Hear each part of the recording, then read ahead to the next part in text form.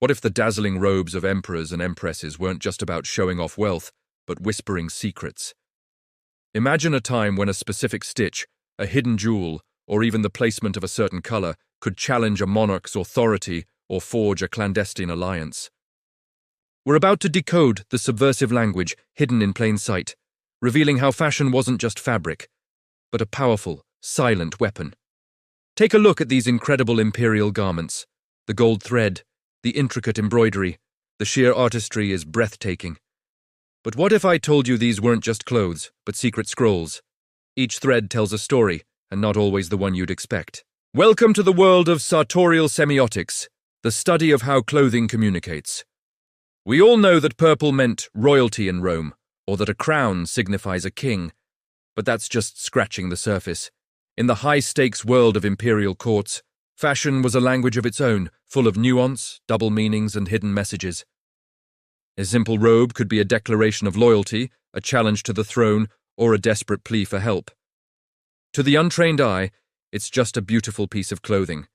To those in the know, it was a political battlefield woven from silk and gold. Let's start with the most famous imperial symbol of all, the dragon. In many East Asian cultures, the five-clawed dragon was exclusively for the emperor, a symbol of ultimate power, wisdom, and divine right to rule. Seeing that motif on anyone else was an act of treason.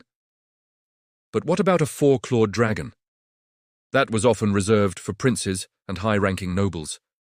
The number of claws was a clear, visible hierarchy. A phoenix, on the other hand, was the empress's symbol, representing beauty, good fortune, and the balance of yin to the emperor's yang.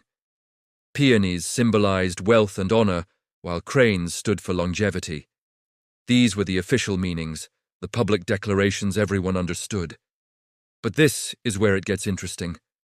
The real power of this language lay in its subtle variations. A dragon depicted flying downwards could imply a decline in the dynasty's power. A phoenix shown with ruffled feathers might hint at turmoil within the empress's court. The placement mattered too.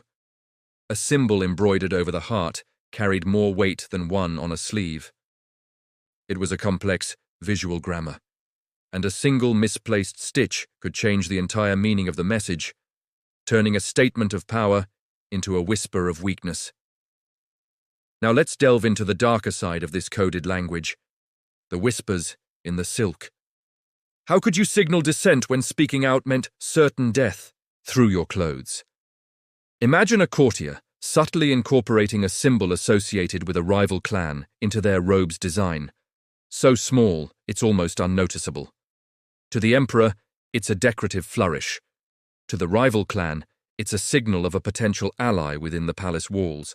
Or, consider the opposite, a noble forced to wear the emperor's colors, but choosing a slightly off shade, a barely perceptible act of defiance that says, "I obey, but I do not agree." These subversive signals were everywhere.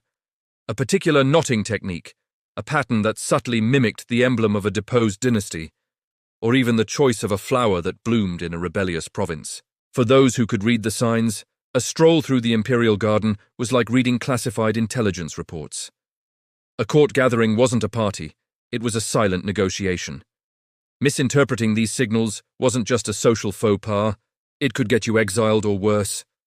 Your life could literally hang by a thread, and it wasn't just the fabric that talked, the jewelry screamed, the bling had its own secret language. The type of gemstone, its size, cut, and even the number of gems in a setting all conveyed a message. A gift of a specific type of jade from the emperor could signal immense favor. But if he later appeared wearing a different stone associated with a rival courtier, it was a clear sign that your star was falling. The arrangement of pearls on a headdress could spell out a hidden allegiance. For example, arranging them in the pattern of a constellation associated with a powerful general could be a subtle nod of support. Even the metals were symbolic. Gold was for the highest power, but silver might be used to show a more subtle, secondary form of influence. A monarch could reward a subject with a jeweled pin, but the quality of the stone would tell the entire court exactly how valued that subject truly was.